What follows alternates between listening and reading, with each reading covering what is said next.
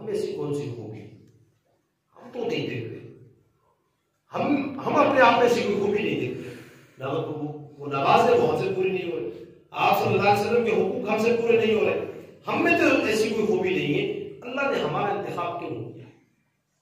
ہم سے پہلے لوگ بڑے طاقتور تھے، بڑے طاقتور. آج بھی ایک جگہ پہ پڑھ رہا تھا، بلکہ یہ سعودی عرب میں ایک علاقہ ہے عرب الخالی، اس علاقے میں قوم عاد کے زمانے کی، قوم عاد حضرت ہود علیہ السلام کی امت تھی، اس دور کی کچھ سیڑھیاں آج بھی ہیں. ہمارے ہاں ایک سیڑھی کا سٹیپ کتنا اونچا ہوتا ہے؟ 6 انچ، زیادہ سے زیادہ فٹ، بس اس سے زیادہ ہے. ایک سیڑھی کا اونچائی اس کا وہ سٹیپ زیادہ سے زیادہ 1 فٹ ہوتا ہے. آپ کو پتہ ہے کہ قوم عاد کی جو سیڑھی ہے اس کے سٹیپ کتنے اونچے؟ 16 فٹ. اب آپ ان کے قد و قامت کا اندازہ لگا لیں. وہاں جو لوگ دیکھنے کے لیے جاتے ہیں نا، وہ سیڑھی سے نہیں جا سکتے، وہ سائڈ سے جاتے ہیں، دیکھ ہی سکتے ہیں. ہمارا تو وہ 7 فٹ پہ دروازہ ہوتا ہے، 16 فٹ اونچا سٹیپ ہے. پھر ان کے قد و قامت کا اندازہ لگائیں کتنے اونچے ہوں گے. درختوں کو ہاتھ ڈالتے، جڑوں سے اکھاڑ دیتے. وَثَمُودَ الَّذِينَ جَابُوا الصَّخْرَ بِالْوَادِ، گھر اس طرح نہیں بناتے تھے، پہاڑوں کو تراشا. بڑے طاقتور لوگ تھے، مالدار بھی تھے، حسین و جمیل بھی تھے. اے اللہ، تو نے ان کا انتخاب حضور کے لیے نہیں کیا، ہمارا انتخاب کیوں نہیں؟ اپنے آپ پہ ناز کیجئے، اپنی قدر پہچانیے. ہم کس نبی کی امت ہے؟ ہمارا انتخاب اللہ تعالیٰ نے کیا ہے. کوئی شخص کرتا تو یہ سوچا جا سکتا تھا کہ شاید اس نے دھاندلی کی ہے، لیکن یہاں پہ انتخاب کرنے والا خود ہمارا رب ہے. جس کے لیے انتخاب کیا جا رہا ہے وہ رب کا محبوب پیغمبر ہے، اور جس کا انتخاب ہو رہا ہے وہ سعادت مند ہے. اپنی قدر کیجئے، اپنی قدر و منزلت کو پہچانیے. اللہ نے ہمارا انتخاب حضور کی امت کے لیے کیوں کیا؟ حضرت خواجہ صاحب خود فرمایا کرتے تھے، خود جواب دیتے، فرمایا ایک وجہ تھی کہ یہ امت اپنے نبی کے ساتھ وفا کرنے والی با وفا امت ہے، یہ وفادار امت ہے. اس وفا کی وجہ سے اللہ تعالیٰ نے اس کا انتخاب حضور کے لیے کیا. یہ آپ سے پوچھتا ہوں، آپ دیکھ لیں، اگر کوئی ادارہ بھرتیوں کا اشتہار دے نا، تو جو بندہ اس کے معیار میں پورا نہ اترے اس کو لیتے. جو اللہ اس بات پہ قادر تھا کہ حضرت آدم سے لے کر حضرت عیسیٰ تک تمام امتیوں میں مجھے چھانٹی کر کے حضور کی امت میں پیدا کرتا ہے، اور اب اس سے کہیں زیادہ اس بات پہ قادر ہے کہ وہ مجھے سعادت مندی سے محروم کر دے. دیکھ لیں معیار کیا تھا، انتخاب کس معیار کی وجہ سے ہوا تھا. وہ بنیاد وفا تھی. اگر میں وفا کے معیار میں پورا نہیں اترتا تو وہ رب اس بات پہ قادر ہے. اس لیے اپنے با وفا نبی سے وفا کیجیے، وفادار نبی سے وفا کیجیے. آپ سے وفا آپ کی عزت و نفس کا تھا. اور پھر حضرت خواجہ صاحب اگلا سوال کرنے لگے کہ پھر اس امت میں سے خوش نصیب وہ لوگ کہ جن کا انتخاب اللہ تعالیٰ نے اپنے محبوب پیغمبر کی عزت و نفس کے تحفظ کے لیے کیا. اس امت میں سے پھر چھانٹی، اور یہ سعادت مندی دعا ہی کے ذریعے مل سکتی ہے. ہم دعا کریں کہ اللہ تو اپنے محبوب پیغمبر کی عزت و نفس کے تحفظ کے لیے ہمیں قبول فرما. یا اللہ تو اپنے محبوب پیغمبر کی نوکری چاکری کے لیے ہمیں قبول فرما. حضور کو نوکروں کی کمی نہیں، اللہ کا احسان کہ اللہ اس نوکری کے لیے ہمیں قبول فرما. یہ دعا کیا کرتے رہیں. یہ دعا اپنے والدین سے یہ دعائیں کرواتے رہیں. خدا کی قسم آج کے دور سب سے بہترین نوکری سرکار دو عالم کی نوکری صلی اللہ علیہ وسلم جن لوگوں نے کیا ان کو دیکھ لیجیے، ان کی تاریخ پڑھیے. ممتاز قادری